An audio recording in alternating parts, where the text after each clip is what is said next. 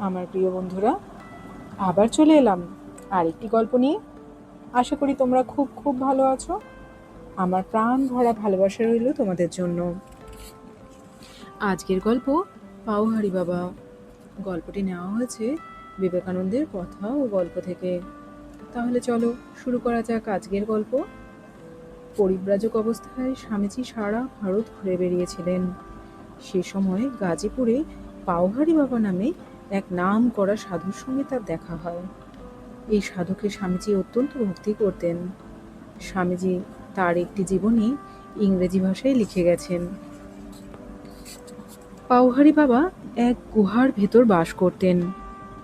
গুহার ভেতরে তিনি দিনের পর দিন, মাসের পর মাস সাধনায় ডুবে থাকতেন। এই দীর্ঘকাল তিনি কি খেয়ে থাকতেন তা কেউ জানত না। তাই লোকে তার নাম দিয়েছিল পাওহারি বাবা। পাওহারি কথার অর্থ পবন আহার, যে শুধু বাতাস খেয়ে থাকে। একবার তাকে একটা গোখরো সাপ কামড়ে দিয়েছিল। সাপের তীব্র বিষে অল্প সময়ের মধ্যে তিনি অজ্ঞান হয়ে গেলেন। এইভাবে অনেক সময় কেটে গেল। সকলেই ভাবলে তিনি মারা গেছেন। কিন্তু কি আশ্চর্যের ব্যাপার! কয়েক ঘন্টা পরেই তার আবার জ্ঞান ফিরে এলো। ধীরে ধীরে তিনি উঠে বসলেন এবং অল্প সময়ের মধ্যেই সম্পূর্ণ সুস্থ বোধ করলেন। সকলেই অবাক। একজন জিজ্ঞাসা করলেন, বাবা, আপনি এখন কেমন বোধ করছেন? একটু হেসে তিনি উত্তর দিলেন, খুব ভালো আছি। স্বর্গ থেকে আমার প্রিয়তম আমার কাছে দুধ পাঠিয়েছিলেন। মৃত্যুদূত। গোখরো সাপকে তিনি বললেন তার প্রিয়তমের দূত। একবার একটা চোর তার আশ্রমে চুরি করতে গিয়েছিল। পুজোর বাসনপত্র যা ছিল সবগুলো নিয়ে সে একটা পুটুলি বাঁধলে। হঠাৎ পাওহারি বাবা চোরটির সামনে গিয়ে পড়লেন। তাকে দেখেই চোর ভয়ে পালিয়ে গেল। তাড়াতাড়িতে পুটুলিটা তার আর নেওয়া হলো না। সকলের মাঝেই পাওহারি বাবা ভগবানকে দেখতে পেতেন। তিনি বুঝতে পারলেন হঠাৎ তিনি চলে এসেছেন বলেই লোকটি বাসন ফেলেই পালিয়ে গেল। এক মুহূর্তও তিনি আর দেরি করলেন না। তিনি মাথায় সেগুলো নিয়ে চোরের পেছনে ছুটতে লাগলেন। চোর যত ছোটে তিনিও তত ছোটেন। পাওহারি বাবার শরীরটি ছিল খুব বলিষ্ঠ ও লম্বা। অনেক দূর ছুটে চোর আর তার সঙ্গে পেরে উঠল না। চোরকে তিনি ধরে ফেললেন। কিন্তু একই কাণ্ড! চোরের পায়ের কাছে পুটলিটা রেখে বলতে লাগলেন, তোমার কাজে ব্যাঘাত করেছি, আমার ভারী অন্যায় হয়েছে।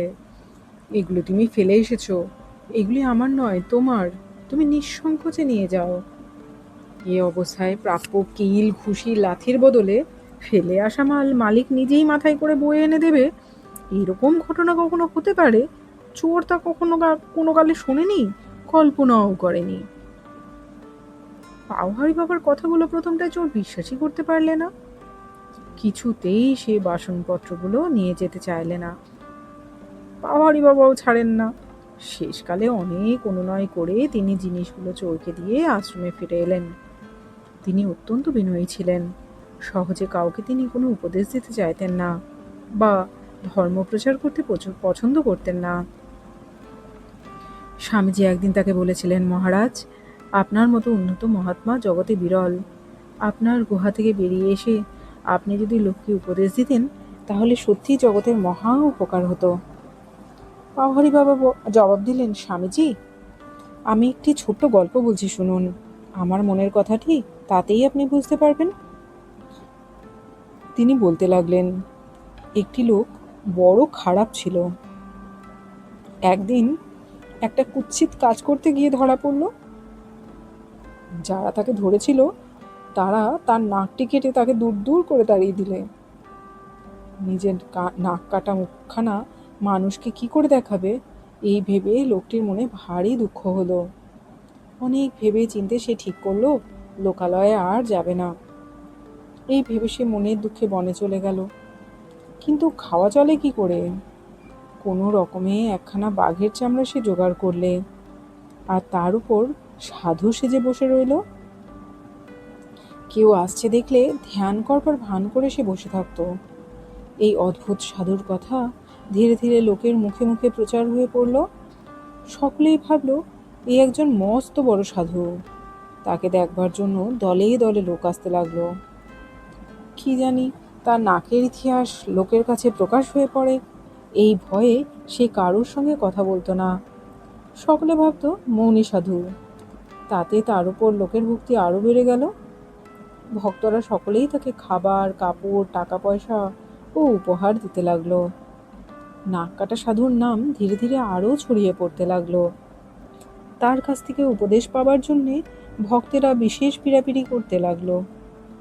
ভক্তদের মধ্যে একটি যুবক বিশেষভাবে তার অনুগত হয়ে পড়ল। যুবকটি ভাবলে, একে যদি আমি গুরু করতে পারি তাহলে আমার জীবন ধন্য হয়। এর মতো সাধুর শিষ্য হতে পারা পরম ভাগ্যের কথা। এই ভেবে সে একদিন সাধুকে বললে, বাবা, আপনার মতো সাধু আমরা আর দেখি না।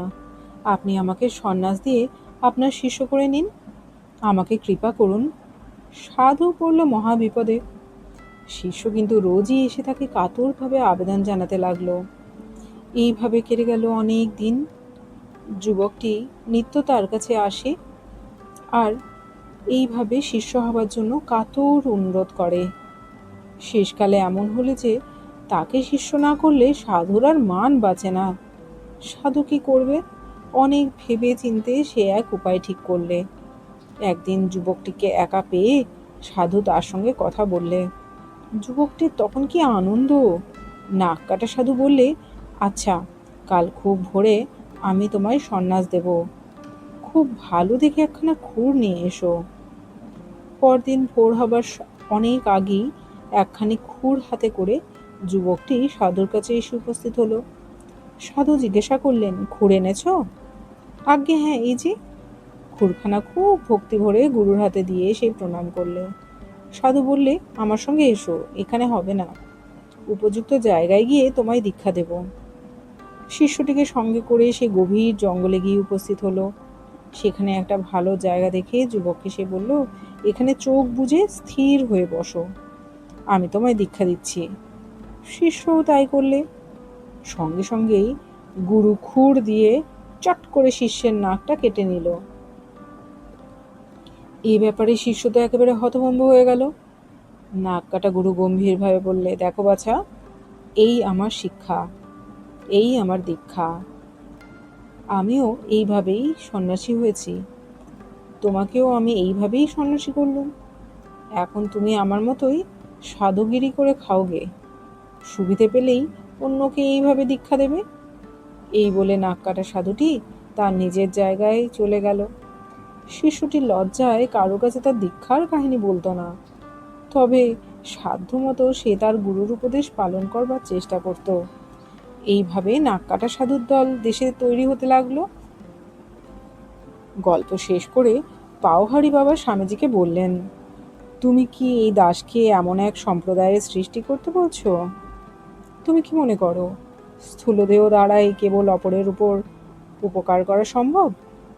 শরীর নিরপেক্ষ একটি মন তার চারিদিকের অসংখ্য মানব মনকে প্রভাবিত করতে পারে।